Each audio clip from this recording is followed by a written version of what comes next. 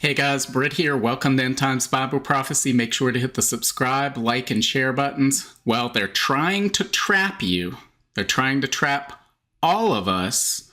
They're trying to trap us into their global totalitarian nightmare. And once they do, there will be no escape until Jesus returns. So what am I talking about? Well, to illustrate what I'm talking about, let's take a look at this article right here from the UK.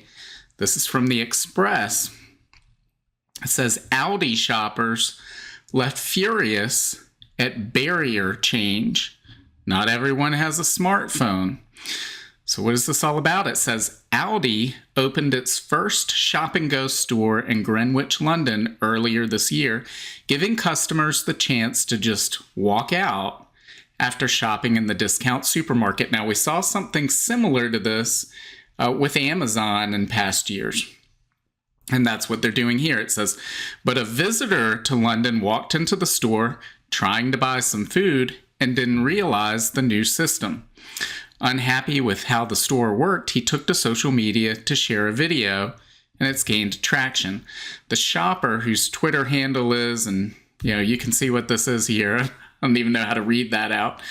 But he says, so I'm in London overnight and I'm trying to buy some food. I drop into the local Aldi's only to be told that in order to enter the store, not to shop, not to check out, but to enter the store, I have to download an app and scan a QR code. In the video, he said, look at this. You're in London, you're on a business trip, you're staying in Greenwich, and you just want to buy some food. So you go into the local Aldi's like this one, and you think, I'm going to go in here, and I'm going to buy some food so I can feed myself. And then you approach the barrier, and look, you can't get into the shop without having a QR code to scan. And then, and only then, once you have that QR code and you're scanned in, can you then go in and buy things. He says, now this looks to me like the beginning stages of the digital prison that we keep talking about. Absolutely, that is what this is. We're going to read on. Some people seem to say, oh, this is over the top. It is not, and we're going to talk about why. What do you think? Would you frequent a place like this? Would you go to a place like this? Does this upset you if you walked into your local grocery store tomorrow and they had a barrier erected that said you can't enter the store without downloading our app and scanning this QR code? But let's read on and see what's said, because there are some critics here that say, oh, there's other alternatives. What's your problem? But let's see what they say. It says, June Slater retweeted the original video and added her thoughts. Goodbye, Aldi. I won't use my local store if they're trialing such heavy-duty controls. A barrier just to get in to spend your money. Not everyone has a smartphone, and that's not really even the point of all this, especially the elderly. They say, too much control. This isn't China. Exactly. That is the point. She then messaged Aldi directly on the social media platform with, I love Aldi, but your digital QR code store in Greenwich has really put me off. Not everyone has a smartphone, especially the elderly. It's an infringement of rights. Cash is legal tender. Barriers to get into a store to spend your own money. Very bad decision making. Some locals, however, love the new shopping concept, which is said to have been inspired by Amazon's fresh stores. So those very same stores we were just talking about at the beginning. David Adlam said, I live in Greenwich, and next door to that shop is a normal Sainsbury's. Just go in there if you have an issue with this place. Personally, I use Aldi Shop and Go every week, and it's very good. So here's somebody saying, if you don't like it, there's a regular grocery store right next door. And my response to that would be, for now. Because the more people that use this, the more people that say, well, okay, and I'll download this app because of the convenience. I don't want the hassle of having to walk next door when I came in here originally, or I like not having to wait in line and just pick things off of the shelf and walk out. So they're trading that convenience. They like that convenience. And I'm not over the top with hyperbole when I say this. The people that, if everybody says we want that convenience, it is at the expense, the complete expense of their freedom and liberty forever. And there's no getting it back, guys. And that is not an overstatement. Let's read on. It says, Jamie Wallace added, live in Greenwich. Use this Audi. It's a pain if you don't have the app. See lots of people annoyed when I go. But it only takes 5 minutes to download. The main issue is being charged wrongly for picking things off the shelf. There's an old-fashioned Sainsbury next door, though. So this is supposed to be convenient, yet people are annoyed. It takes time to download the app. Then it charges you wrongly. Why would anybody want to use that? And here again, we get this excuse. Well, there's a regular grocery store right next door. If you don't like this, go somewhere else. But again, for now, there was a time here in the United States where people went to Walmart and they had a couple of self-checkout lines and they had a whole bunch of checkout lines where you would encounter a real person who would ring you up at the register. Now, I don't know about the Walmart where you live, but all the ones around where I live, you cannot find a checkout register with a real live person there. Every single one of the checkout lines is self-checkout. So what used to be voluntary is now mandatory if you want to shop at Walmart. And I'm telling you, if we put up with this, if we do not rebel against this and make it very clear that we do not want this, and it seems there's at least a portion of the population that is not going to do that. They're saying, oh, we love this. If you don't like it, go somewhere else. But if we don't rebel against this, what is voluntary now will soon become mandatory. And soon at Walmart, those self-checkout lines will also disappear. And you'll have to download an app and a QR code just to enter the store. And this will be the retail experience everywhere, all over the globe, every place you go. Make no doubt about it, that's not an exaggeration. That's what they want. They want to make this mandatory. If you have any doubt, let's take a look at this. This is from CoinDesk. It says central banks successfully test over 30 central bank digital currency use cases, including offline payments. It says a joint experiment by central banks has tested ways to connect monetary authorities and the private sector to facilitate retail digital currency payments, according to a new report released on Friday. Now, I'm going to take a little side note there. Connecting the authorities and the private sector sounds to me like fascism, the definition of fascism, and I believe that's where we're headed with all this. The merger of corporate power and governmental power to control our lives. It says the experiment saw the London Innovation Hub at the Bank for International Settlements, which groups the world's central banks, and the Bank of England developed 33 application programming interface, that's API, functionalities to test more than 30 central bank digital currency use cases, including offline payments. API software allows 2 or more computer programs to communicate and share data with each other. Project Rosalind looked at how an API layer could support a retail central bank digital currency and facilitate safe and secure payments through different use cases. The Bank of England is currently consulting on a digital pound, which it is said will likely be needed in the future. Now, no, why would it be needed? This is one of those things where they say, well, we don't intend to, and here they're telegraphing to you, well, it will likely be needed in the future. Why? Well, because they want it, right? What they really mean, they left the part off where they say, It will likely be needed in the future in order to control every single aspect of your life. That's the part they left off of the sentence. There's no need for it from my standpoint of daily living, your standpoint of daily living. There's no need for this. The only need is for them to control you and to control me. That's the need. It says the bank set out in its consultation that it would host the centralized ledger and the API for a potential digital pound.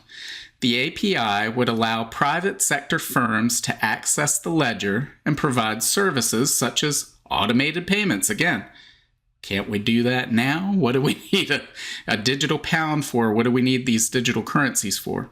It says there's actually no shortage of different ways that the market might respond and engage with this, Hopwood Road told CoinDesk in an interview referring to Project Rosalind.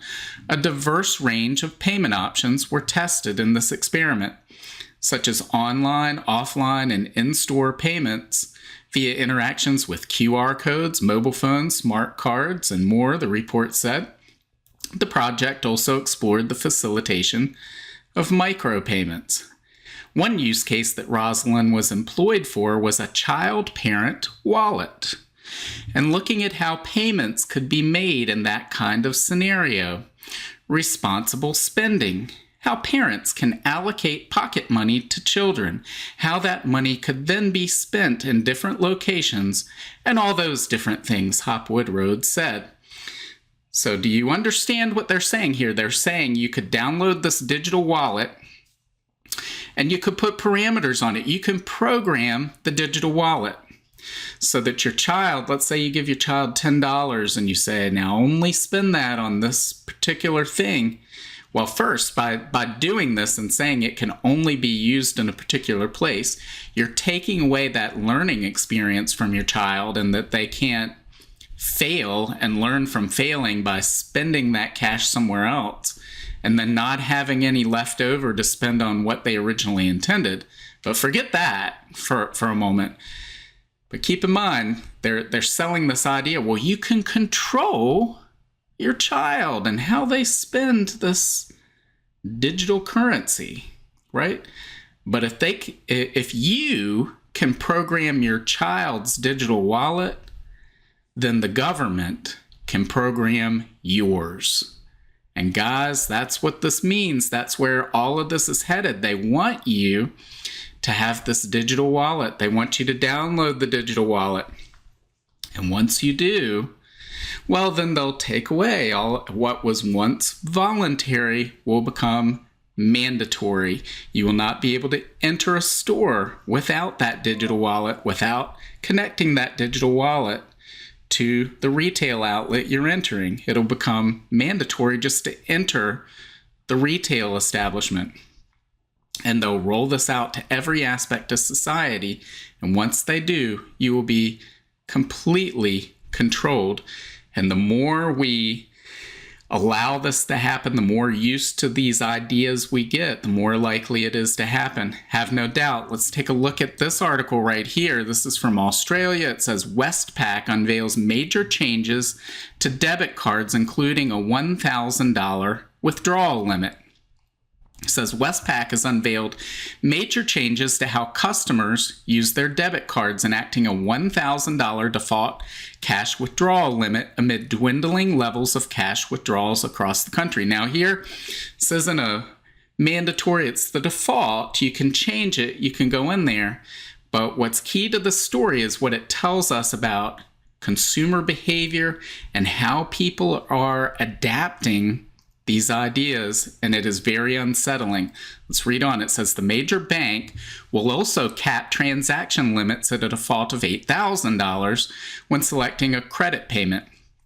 Currently, a customer's limit when tapping, inserting, or making online payments with a debit card is their available balance. Customers will still be able to set different limits for cash withdrawals. So for the moment, you have some freedom to do that for the moment.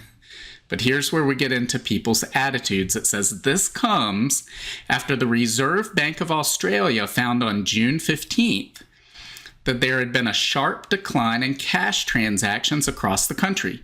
Most Australians now use cash infrequently. The RBA's Cash Use and Attitudes in Australia June 2023 bulletin read.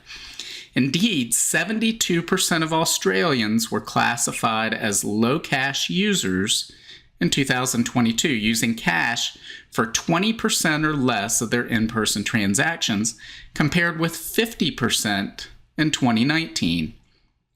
The number of high cash users, Australians who use cash for 80% or more of their in-person transactions, now constitute only 7% of the country's population, half of what it was in 2019. So I'd assume a lot of these are older people, and as they either adopt new cashless payment methods or they pass away, this number is dwindling. It says US-based financial tech company FIS found Australians are among the lowest cash users in the world, beaten out only by Norwegians. In the survey of 40 countries, Australia was found to have the lowest cash usage in the Asia-Pacific region in 2022, with cash payments representing just 6% of point-of-sale transactions. This was followed by New Zealand at 7%, China at 8%, and South Korea at 11%, who have all widely embraced electronic payment systems. So guys, a large percentage of the world has already moved. Their mindset, their attitudes have already moved toward digital payments. They're already in that system. And unless we fight back now, unless we wake up to what's going on and push back, we're all going to walk into a trap from which there is no escape other than the return of Jesus Christ at the end of the tribulation. I believe that's all that's going to break open this trap. If you have any doubt about that, let's take a look at this next article. This is from the Economic Collapse blog. It's written by Michael Snyder. I think this is a well-written description, a vision of where we're headed currently with what's going on. It says they want to implement a global system of digital identification for all. That means for everyone, not just those who volunteer or want to participate or like the Aldi grab and go and don't want to bother with Sainsbury's. No, this is for all. They're going to roll this out to everybody. It says that would be connected to our bank accounts. He says it doesn't take a genius to figure out where this could be heading. For a moment, I would like for you to imagine a rather chilling, quote, fictional scenario. Not too far in the future, all global citizens are required to possess proper digital identification, or else they will not be permitted to access the new global digital financial system. Guys, that's what we just saw a preview of that with this Aldi establishment. Well, unless you download the app, you can't even enter the store. And of course, we've seen a preview of that as well during the pandemic, where if you didn't have a certain type of passport, you couldn't enter the restaurant, you couldn't enter the store, you couldn't enter the sporting venue. You couldn't go where you please. It says central banks all over the globe have rolled out their new central bank digital currencies. But in order to use those currencies, you must prove that you are who you say you are. And the only way to do that is with the new global system of digital identification that has been introduced. As cash is phased out, we've read story after story where they're putting limits and restrictions on what you can withdraw, what you can deposit. Some places won't even accept it. I know my daughter went on several field trips this year with her school, and she couldn't use cash at any of the venues that she went to. They wanted her to go to a special ATM and buy a debit card with the cash in order to come back and buy some food where she was. So this is rolling out all over the place. But it says, as cash is phased out, those that resist being part of the new global system are increasingly pushed to the outer fringes of society. Hardly anyone is willing to employ them any longer. It's become virtually impossible for them to get loans, and they're looked down upon by much of the general population. Sound familiar? We sort of went through something like this in the last couple of years. So we've seen a preview of what that would look like. Shouldn't be a surprise to anybody. It says, and then after the vast majority of the global population has, quote, willingly signed up for the new global system of digital identification, it's announced that the system will now become mandatory. So what did I say before? What was voluntary or is voluntary will become mandatory. That means that anyone that does not submit will not be able to buy, sell, get a job, or have a bank account. You may think that I'm exaggerating the dangers of a global system of digital identification. I wish that I was. Once a global system of digital identification is introduced, it will rapidly become our most important form of identification. It will become more important than your driver's license, more important than your social security number. Pretty quickly, it would become required for almost every financial transaction that you make online. A lot of people may think that's a good thing. After all, there are so many scammers and thieves on the internet these days. And I would agree that there's a need for more financial security on the internet. But I'm 100% against any type of global digital identification system because the potential for tyranny would be off the charts. And not even off the charts, it would be guaranteed, I believe. It says, unfortunately, that is exactly the type of system that is now being proposed by policymakers at the United Nations. In a May 2023 policy brief titled A Global Digital Compact, and here's, any piece of government legislation, whether it's the United States, the UN, whatever it is that they're proposing, all these government plans are always named the exact opposite of whatever they are, right? The Inflation Reduction Act, right? It's the exact opposite of whatever they say. And here we have a global digital compact, an open, free, and secure digital future for all. So you can be sure it will be the exact opposite. And it says, we are told that an open, free, secure, and human-centered digital future is absolutely critical for the, quote, attainment of the Sustainable Development Goals. The present brief proposes the development of a global digital compact that would set out principles, objectives, and actions for advancing an open, free, secure, and human-centered digital future, one that is anchored in universal human rights and that enables the attainment of the Sustainable Development Goals. Again, this high-sounding language, right? They mean for our benefit and for our good.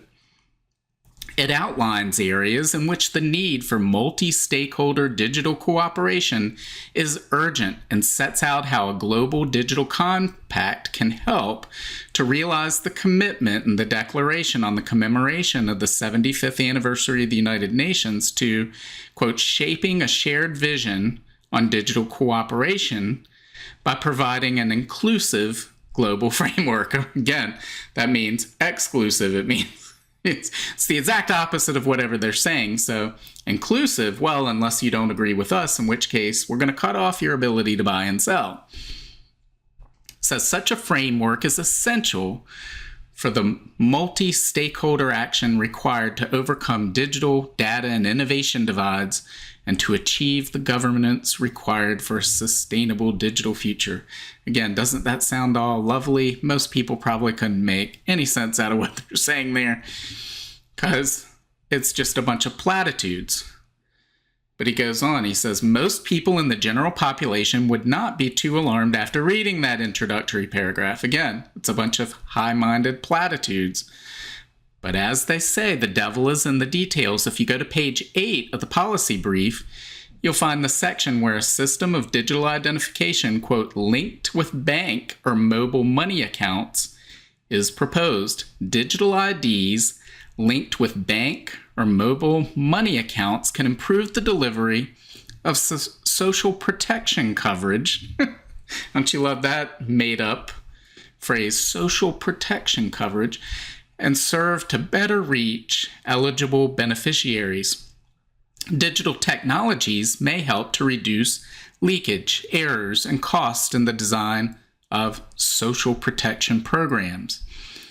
He said, Michael Snyder says, I briefly mentioned this the other day, but I don't think that most people understood the implications that this has for all of us. Under such a system, if your social credit score gets too low, you could be put in, quote, digital jail for a certain period of time. Your digital privileges would be suspended for a while, and that would mean that you could not buy, sell, or live your normal life for the duration of your punishment. Of course, if you insist on being a repeat offender enough times, you could have your digital privileges revoked permanently. What would you do then? You wouldn't be able to buy or sell anything. You wouldn't be able to get a job. You wouldn't be able to have a bank account. At best, you would be a total outcast from society. Don't be fooled into thinking this sort of system is a long way off. 3 months from now, the European Union will mandate, so what was once voluntary is now mandatory, that all member states offer a digital identity wallet to every single one of their citizens and businesses. It says the European Union will mandate digital identity under EIDAS 2.0, not sure what that stands for, which will go into effect in September 2023 and ensure all member states offer a digital identity wallet to citizens and businesses. According to the European Commission, at least 80% of citizens should be able to use a digital ID solution to access key public services by 2030. There's that year again. He says initially participation by individuals and businesses in the EU system will be voluntary. Right, just as we said before. But over the past few years, we have seen how quickly voluntary measures can become mandatory, and that's what we've been saying. When I say that we are living in one of the most critical times in all of human history, I'm not joking. There is a reason why the UK, the EU, and the US are all getting ready to roll out central bank digital currencies. And there is a reason why digital identification has suddenly become such a hot issue. They really do want to build a digital prison for all of us. And if you plan to object, the time to do so is now. No doubt about it, guys. The time to object to this is now, because once the world walks into this trap, there is no escape. And we need to be standing up against this. We need to be on the front lines fighting against this. Now, we all know where the world is headed. Where's the world headed? Well, Revelation tells us. Revelation 13, verses 16 through 17 tells us. It says, he required everyone, great, small and great, rich and poor, free and slave, to be given a mark on the right hand or on the forehead, and no one could buy or sell anything without that mark, which was either the name of the beast or the number representing his name. So we're going into a system, the Bible foretold this almost 2,000 years ago, that there would come a time when the entire globe would be dominated by one person, and that one person would be able to determine who could buy or sell the very things we're talking about today. So we know this is coming. But that doesn't mean that we should just roll over and let evil have its way. We need to fight back. We need to push back against this. We need to say to companies like Aldi, if you're requiring me to have an app and scan a QR code to come in your store, then I will not come in your store. That's the only way that we can fight back against this. We need to start using cash more often. We need to go anonymous. We need to push back against this, because this is what all these governments want to roll out. They want to enslave us, guys, have no doubt. So we need to be fighting back, pushing back against this. We can't just say, well, because the Bible says this is going to happen, we should just let it happen. yes, we know that it will happen because the Bible said it would happen, but let's try to delay when it happens for the sake of those people who will be enslaved by this system. Let's fight for righteousness and freedom and push back against this. Say no. We all have the right to say no. No, I will not participate in that. I will not do that. We need to stand up against this. And guys, there's great hope in this time. Why do I say there is hope? Because as we see these things roll out, people are going to be talking about it. They may be talking about, hey, that cool Audi on the street. You can go and you download a app and you just walk through the store and pick things up. You don't have to check out. Isn't that cool? And that's the perfect opportunity to say, well, it sort of puts us in a position where they know everything about us and they can start to control us. And almost 2,000 years ago in the book of Revelation, John wrote about this exact thing. And he said that it would occur during this time of global tribulation, that this would be a sign that Jesus Christ is going to return at the end of that tribulation. This is a sign Jesus Christ is coming back, guys. So this is a perfect opportunity to use all of what's happening right now with our money, because everybody buys and sells. Everybody. So it's the perfect end to be able to talk about this subject with everyone around us. Just to easily bring it up and say, can you believe what they're doing now? Have you ever thought that if you can program your child's digital wallet, well, then the government can program yours. So do we really want to play with that fire? This is the opportunity to start talking to people and say, yes, let's push back against it. But of course, we know it's inevitable because the Bible foretold it.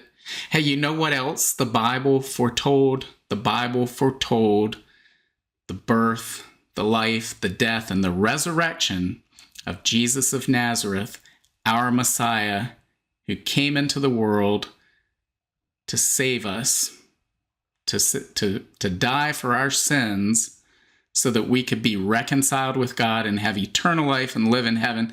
That is the good news, the gospel that you've probably heard alluded to your whole life. That's what it's all about. The Bible foretold it, and it's foretelling this. So if you see this happening, maybe you need to give the Bible a second chance. Maybe you need to give it a first chance, because let me tell you, most people who like to pontificate on the Bible have never read it, right? They like to talk about how the Bible is a myth and it was written by these ancients that were trying to explain the world. They don't know what they were talking about. But in reality, they've never read the Bible. They don't understand the history behind it. They don't understand what they're talking about.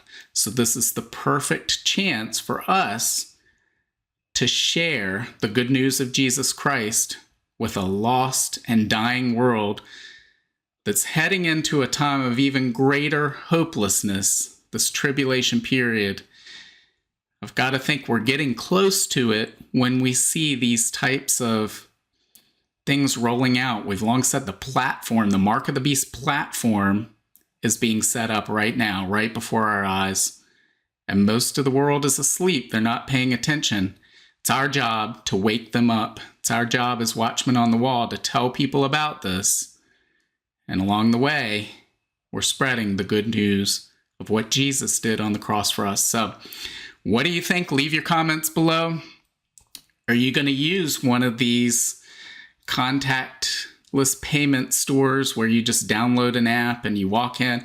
Hey, I know I'm giving up all of my freedom, but it saves me 4.5 seconds of checkout time, or a minute, whatever it may be. That's one more minute I can spend watching Netflix, right? So why wouldn't I trade all of my freedom and liberty for that? Maybe you're for that. If so, leave your comments below. All comments are welcome, except for spammy comments. Even if you want to disagree with me, call me a bunch of names, that's fine. Leave your comments below. Make sure to hit the like, share, and subscribe. When you do that, more people see this video, more people hear about the good news of the Lord Jesus Christ. So again, leave your comments, hit like, share, and subscribe, and God willing, I will see you on Wednesday. Bye.